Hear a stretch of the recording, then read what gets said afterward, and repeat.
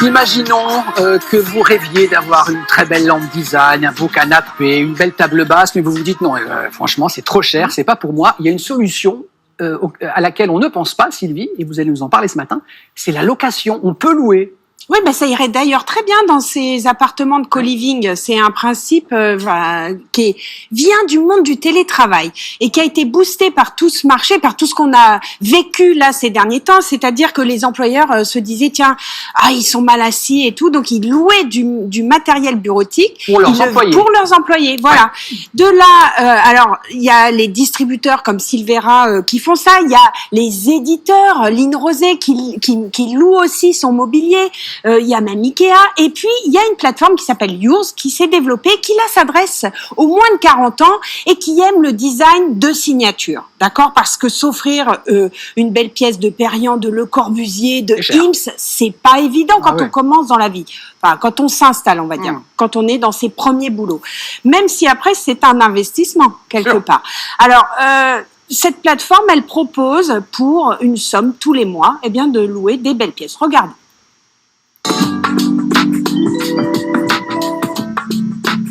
Consommer de manière responsable, c'est une vraie préoccupation des particuliers et des entreprises.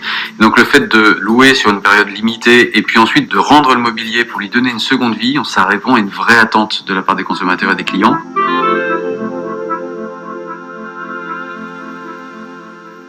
Ah, waouh, super. Donc dans les pièces louées, on va dire, il y a cette lampe Gaolanti. Exactement, donc il y a la Pipistrello, la grande, parce qu'il y en a deux tailles. Pourquoi choisir la location de mobilier plutôt que l'achat? Parce que c'est des pièces qui en général coûtent assez cher à l'achat. Oui. Donc en fait, passer par une location avec une option d'achat, c'est beaucoup plus simple aujourd'hui pour moi, jeune, d'avoir accès justement à ces pièces iconiques.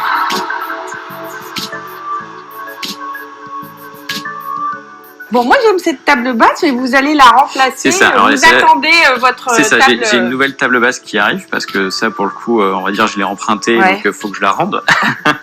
Mais du coup, j'ai une nouvelle table qui arrive d'ici quelques semaines, donc pour le coup, c'est une Rio qui arrive. Charlotte Perriand. C'est ça, tout à fait. Les générations les plus jeunes, c'est-à-dire les moins de 35 ans, sont habitués à s'abonner à des services, à des produits. Finalement, les gens se disent, mais pourquoi je vais dépenser une somme d'argent que je n'ai pas forcément, alors que je peux payer tous les mois une certaine somme en fonction de ce que je choisis, et puis ensuite décider de les garder ou pas. Donc c'est finalement une tendance de fond. Au départ est arrivée la location de courte durée, on loue de manière saisonnière, et puis maintenant c'est des locations avec option d'achat, des abonnements qui vont jusqu'à 5 ans. On a décidé de travailler uniquement avec des grands éditeurs ou des designers très pointus. Les grands éditeurs qui sont ceux qui détiennent les droits d'édition, de réédition des meubles iconiques des 20e, 21e siècle, donc des grands designers, des Le Corbusier, Perriand, Ponty, Ims, etc. Et puis, par ailleurs, des jeunes designers. On a des gens comme Noma, Arnaud Declercq, David Heyman, qui ont un parti pris très fort et un côté avant-gardiste qui nous intéresse beaucoup. Il n'y a pas besoin d'être connaisseur, d'être expert pour se dire j'ai envie de cette belle pièce et en revanche je ne peux pas me la payer. Par contre, je vais pouvoir y accéder et en profiter pendant quelques années avant de décider de la garder ou pas.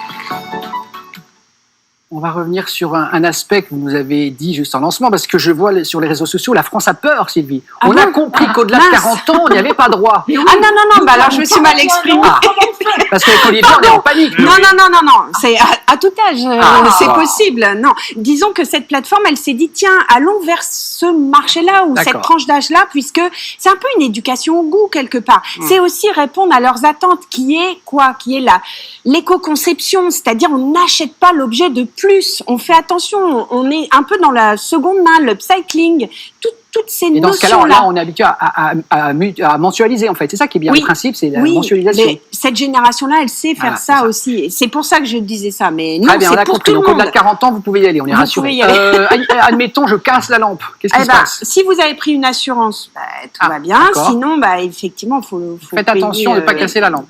Oui. Et admettons, je l'aime tellement que je veux l'acheter. C'est avec option d'achat, madame. Comme une voiture. Voilà. C'est ça.